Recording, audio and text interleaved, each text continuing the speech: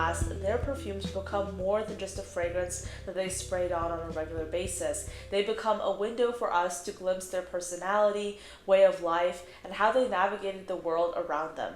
In this episode of the Fragrance Report, we'll be talking about the fragrances worn by the last Romanovs, the Russian imperial royal family who tragically were killed by the Bolsheviks. In today's episode, we'll discuss the fragrances they wore, their personalities, who they were as individuals, and what we can learn about them and who they might have been through the fragrances that they left behind.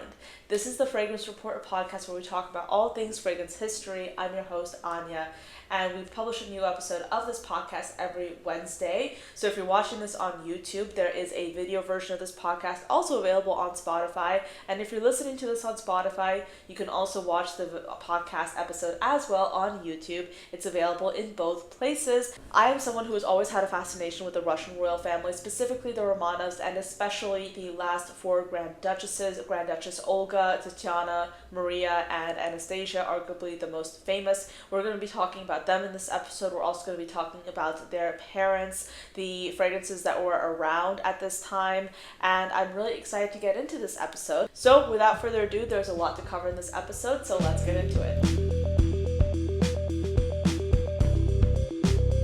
As many of you already know, we start each episode off with my favorite fragrances of the week, and this past week I was actually down with a cold. I was quite sick. I am now a lot better, but whenever I'm sick, I always look for fragrances that make me feel better. And it's interesting because what makes me feel better is often wearing fragrances that are vintage smelling, because I think that sense of nostalgia gives me a sense of comfort when I'm feeling otherwise terrible. Also, when my sense of smell is affected, I tend to only be able to smell some really strong fragrances, and that's just what I generally prefer. That's what I go towards. So as a result, most of these fragrances are quite strong. There is one fragrance that's actually really refreshing and super zesty and fun as well. All these fragrances I love. But the first is Une Noire à l'Extrême. This is one that I've talked to you about quite a few times already. But I was wearing this fragrance a lot. It's a really beautiful woody vetiver fragrance with some resinous accords. It's a really intense fragrance, and to me, it's kind of like a dark, woody, delicious kind of perfume. It's kind of masculine, but I consider it to be a unisex fragrance personally. I think anyone can pull this off, and it's really beautiful. So I've been wearing this one a lot. It's a really comforting fragrance to me. And another one that I've also kind of been enjoying is this musk, really like intense musk fragrance from Narciso Rodriguez. Oh my gosh, I can't speak. So can you tell I'm getting over my cold? But this is a beautiful fragrance from Narciso Rodriguez. This is actually Narciso by Narciso Rodriguez. This perfume is sadly discontinued, so I rarely wear it. I only wore this past week because I was craving it, and this particular fragrance is a beautiful, almost indolic white floral perfume with notes of gardenia, rose, I believe, and it also has an almost animalic musk that is very sensual, very dark, kind of almost skanky. It's very sensual. So yeah, this is a beautiful perfume. It's one of my all-time favorite musks. I sadly try to not talk about it too much because it's actually really expensive to get online, but if you can snag yourself a bottle, or if they come out with it again, that would be great. But this is really beautiful. It's a really interesting musk. Great if you are someone who loves vintage fragrances. That's really beautiful. Another perfume that really is on theme for this episode is Marusia by Slava Zaitsev. Slava Zaitsev is a Russian designer, I believe, and this perfume came out in the 90s. So it's been around for quite a long time, and it's actually kind of like a vintage leaning fragrance. It has a lot of aldehydes. We will discuss this in the episode a little bit more, but aldehydes are really central to Russian perfumery, and this is something that rings true even with this fragrance right here. Marusia is a beautiful floral woody fragrance with some animalic undertones. I believe there's also civet in this as well as those aldehydes. There's ylang ylang, sandalwood. It's a really dark fragrance, and if you grew up in a Soviet household, I think you will find this fragrance very nostalgic because it truly does remind me of like that kind of like woody scent, like that woody old kind of Soviet era scent. And if you grew up in that kind of surrounding, you might find this really kind of nostalgic in that way. I know it's very difficult to kind of come up, I know it's kind of difficult to understand, but if you grew up in that kind of surrounding, you might find this very nostalgic. I grew up going to Ukraine and Russia all the time, so whenever I smell this, I'm instantly transported to my childhood. So that's why this is really nostalgic for me. So this is a beautiful fragrance. I've been wearing this one a lot for obvious reasons because I really needed it. And then another fragrance that I also really just tend to go for whenever I'm not feeling my best is Casimir by Chopard. This is a beautiful fruity fragrance, and the more I smell it, the more I think that this kind of smells like fruit tea to me. That is not in the scent pyramid whatsoever. What's in the scent pyramid though is a lot of florals, some tropical notes that include mango, coconut, but not like the modern interpretation of mango and coconut whatsoever. This is a vintage fragrance, so you are going to get a very vintage interpretation of those notes. This is a perfume that smells kind of like an apricot tart. It's a really beautiful fragrance. It's quite intense. So it's a perfume that to me also smells very nostalgic, very beautiful. It's something that I've been reaching for. So yeah, these are fragrances that are perhaps a little bit more intense, but they're genuinely perfumes that I've been loving, that I've been wearing because I needed to feel this sense of comfort when I was feeling like absolute crap. Last but not least is a fragrance that is honestly probably going to be more approachable than all these other perfumes. This is Commodities Gin. This is one that I keep going back to. It's such a beautiful, refreshing fragrance that really spotlights the note of juniper berry. If you love juniper berry, this is definitely a must-try fragrance. It is exclusive to their New York Soho location. So if you happen to find yourself in New York, go to their in-store location, tell them I sent you, and tell them I told you to try out Gin, because this is a beautiful fragrance. Truly a masterful example of the juniper berry note. It has additional notes of grapefruit juice, ginger, some other aromatic citrusy notes in here, but it's a beautiful, zesty, refreshing scent. I've been wearing this as a hair perfume, and it's just so beautiful. It's beautiful. It's one of my absolute favorites, and it's very unique. So Commodities Gin, this is a must try in my personal opinion. So now let's get into the history portion of this podcast. I'm really excited to talk about this because I have always been fascinated about the Russian royal family, specifically the Romanov dynasty, which spanned from 1613 to its collapse in 1917. Of course, we all know about the infamous Anastasia Romanova. She was and still is such a powerful symbol in pop culture today. When we think of Once Upon a December, we all know and we all think of Anastasia Romanova because she was such a tragic figure. She got murdered so young by the Bolsheviks, but she also had 3 or 4 siblings. So she had an older sister, Olga Romanova, then there came Marie Romanova, then there was Tatiana Romanova, and then she was Anastasia Romanova, and then they had a younger brother, Alexei Romanov. So let's talk a little bit about the imperial sisters and their personalities. First, we had Olga Nikolaevna. She was born in 1895. She was known to be quiet, introspective, very thoughtful. Next, we had Tatiana Nikolaevna. She was known to be the dutiful one. She was also known to perhaps be her mother's favorite daughter, and she was known to be very elegant and very sophisticated. Then we had Maria Nikolaevna. She was known to be very sweet and romantic. She was born in 1899, and she is said to have loved her family life and loved children. And then finally, last but certainly not least, we had Anastasia Nikolaevna. She was the last Grand Duchess to be born, and she was definitely the most free-spirited, the most rebellious one. She was born in 1901. She was very mischievous, playful. She was someone who was said to be a bit of a tomboy, and she's also arguably one of the most famous Romanov sisters that we still know and appreciate today. And of course, these children had two loving parents, Tsar Nicholas II and Tsarina Alexandra Fedorovna, who was German born. She came to Russia to marry Nicholas, and they actually did have a very loving relationship. Their marriage was a marriage based on love. Yes, they had political gain to be together, but their marriage was very uniquely based on love, and that was something that they transferred to their children as well. This was a very close-knit, tight-knit family group, and of course, they all loved each other very much, but around this time, there was a lot of political turmoil.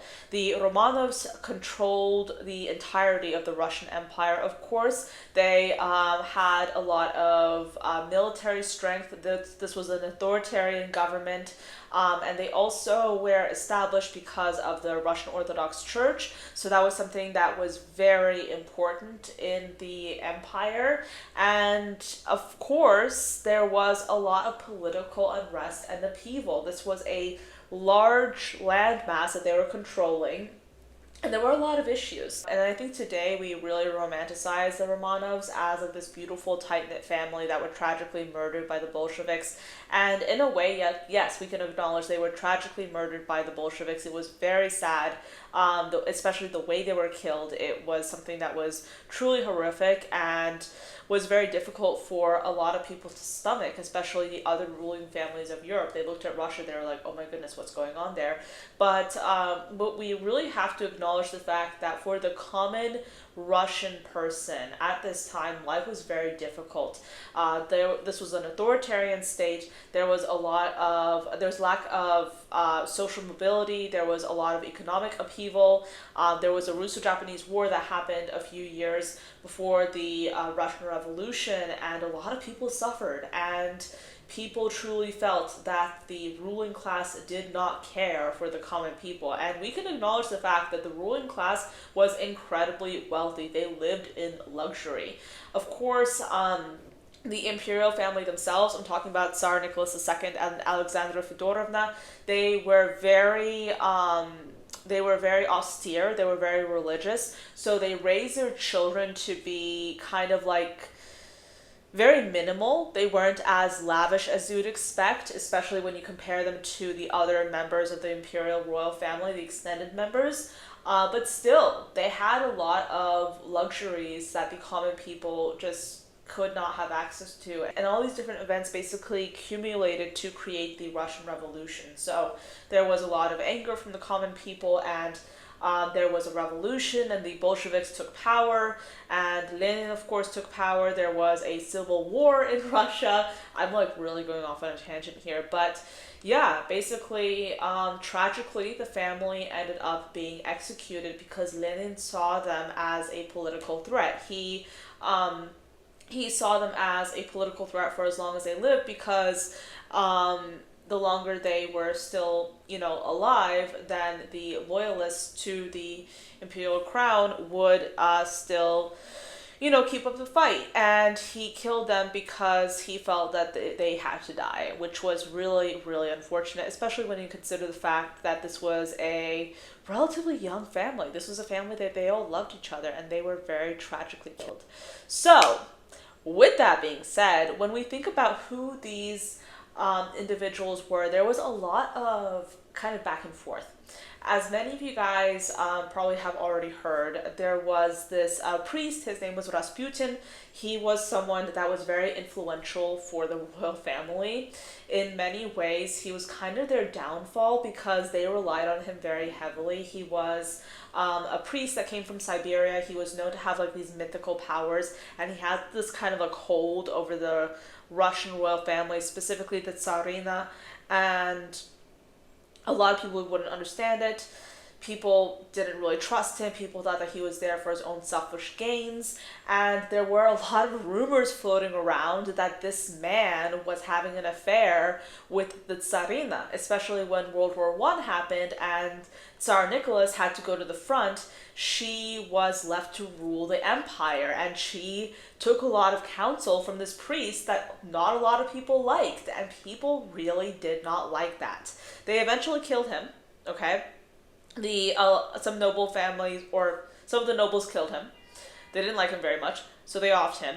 But before that, he managed to do a lot of damage to kind of like the general public perception of the royal family. Keep in mind that Tsarina was an ethnic German. She was born in Germany, and when World War One broke out, keep in mind the Russian Revolution happened in 1917, so World War One broke out.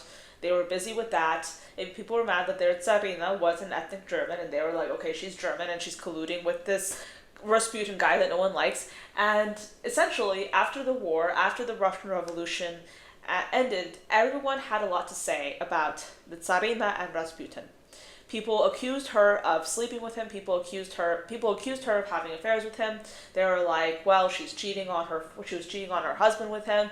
And a lot of people who were loyal to the family were outraged by this. So one of those people let me pull up her name. One of these people was Madame Lili Den. She ended up creating or writing this book called The Real Tsaritsa. And in this book, she detailed a lot of information about what their daily life was like, what the lives of these imperial children were like, what their personalities were like, who they were as people.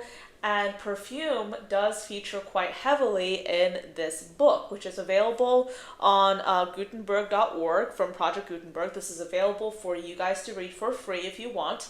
And a lot of the information from this video is sourced directly from this book. This is someone that spent a lot of time with the Russian royal family, and she wrote down her experiences. I may mention that the Empress loved all flowers, her especial favorites being lilies, magnolias, wisteria, rhododendrons, freesias, and violets. A love of flowers is usually akin to a love of perfumes, and the Empress was no exception to the rule. She generally used Atkinson's White Rose. It was, she said, clean as a perfume and infinitely sweet. As an eau de toilette, she favored verveine.